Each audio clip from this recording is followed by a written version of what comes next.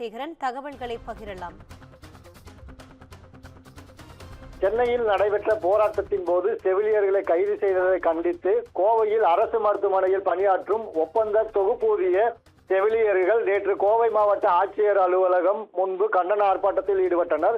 அதைத் தொடர்ந்து அரசு மருத்துவமனைக்கு சென்ற அவர்கள் இரவு பகலாக தற்போது வரை உள்ளிருப்பு போராட்டத்தில் ஈடுபட்டு வருகின்றனர்.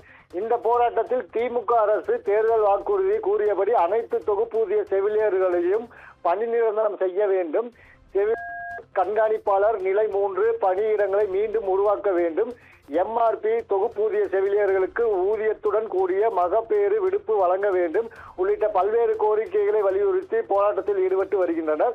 மேலும் தேர்தல் காலத்தில் திமுக அரசு ஆட்சி அமைத்ததும் அனைத்து செவிலியர்களையும் பணி நிரந்தரம் செய்வோம் என வாக்குறுதி அளிக்கப்பட்டதாகவும், ஆனால் ஆட்சி அமைந்த நீண்ட காலமாகியும் செவிலியர்களின் கோரிக்கை நிறைவேற்றப்படவில்லை என்றும் அவர்கள் குற்றம் சாட்டினர்.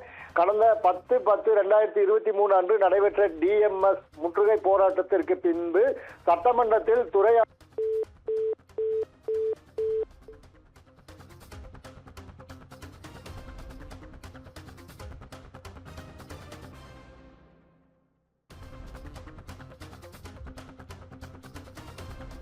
தற்போது கிடைத்துள்ள அண்மை செய்தியை பார்த்து வருகிறோம்.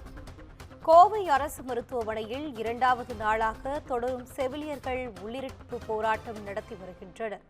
கோரிக்கைகள் நிறைவேறுவதற்காக கொட்டும் பனிக்காற்றிலும் குழந்தைகளுடன் அமர்ந்து இருக்கும் செவிலியர்கள் போராட்டம் நடத்தி வருகின்றனர்.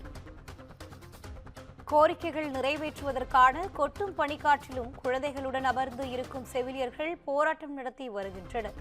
நியாயமான கோரிக்கைகளை முன்வைத்து போராடிய செவிலியர்களை கைது செய்ததற்கு கண்டனம் தெரிவித்து போராட்டம் நடத்தி வருகின்றனர். தற்போது கிடைத்துள்ள அண்மை செய்தியாக பார்த்து வருகிறோம். கோவை அரசு மருத்துவமனையில் 2வது நாளாக தொடரும் செவிலியர்கள் உள்ளிருப்பு போராட்டம். கோரிக்கைகள் நிறைவேற்றுவதற்காக கொட்டும் பனிக்காற்றிலும் குழந்தைகளுடன் அமர்ந்து இருக்கும் செவிலியர்கள் போராட்டம் நடத்தி வருகின்றனர். மீண்டும் இணைப்பில் இணைந்திருக்கிறார் ஞானசேகரன் தகவல்களை பகிரலாம். வணக்கம் கினிதா. சென்னையில் நடைபெற்ற போராட்டத்தின் போது செவிலியர்கள் கைது செய்ததை கண்டித்து கோவை அரசு மருத்துவமனையில் பணியாற்றும் ஒப்பந்த தொகுப்பூதிய செவிலியர்கள் நேற்று கோவை மாவட்ட ஆட்சியர் அலுவலகம் முன்பு கண்டன ஆர்ப்பாட்டத்தில் ஈடுபட்டனர். அதைத் தொடர்ந்து அரசு மருத்துவமனைக்கு சென்ற அவர்கள் இரவு பகலாக தற்பொழுது வரை உள்ளிருப்பு போராட்டத்திலும் ஈடுபட்டு வருகின்றனர். இந்த போராட்டத்தில் திமுக அரசு தேர்தல் வாக்குறுதியை கூறியபடி அனைத்து தொகுப்பூதிய செவிலியர்களையும் பணி நிரந்தரம் செய்ய வேண்டும், செவிலியர்கள் கண்காணிப்பாளர் நிலை 3 பணியிடங்கள் மீண்டும் உருவாக்க வேண்டும், எம்ஆர்பி தொகுப்பூதிய செவிலியர்களுக்கு ஊதியத்துடன் கூடிய மகப்பேறு விடுப்பு வழங்க வேண்டும் உள்ளிட்ட பல்வேறு கோரிக்கைகளை வலியுறுத்தி உள்ளிருப்பு போராட்டத்தில் ஈடுபட்டு வருகின்றனர். மேலும் தேர்தல் காலத்தில் திமுக அரசு ஆட்சி அமைத்ததும் அனைத்து செவிலியர்களையும் பணி நிரந்தரம் செய்வோம் என வாக்குறுதி அளிக்கப்பட்டதாகவும், ஆனால் ஆட்சி அமைத்து நீண்ட காலமாகியும் செவிலியர்கள் கோரிக்கை நிறைவேற்றப்படவில்லை என்றும் அவர்கள் குற்றம் சாட்டியுள்ளனர்.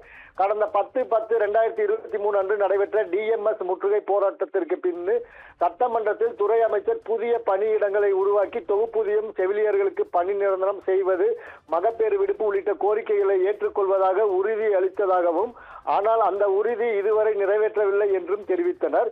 மேலும் நியாயமான கோரிக்கைகளை முன்வைத்து போராடிய செவிலியர்களை கைது செய்ததற்கு அவர்கள் கடும் கண்டனத்தையும் தெரிவித்தனர்.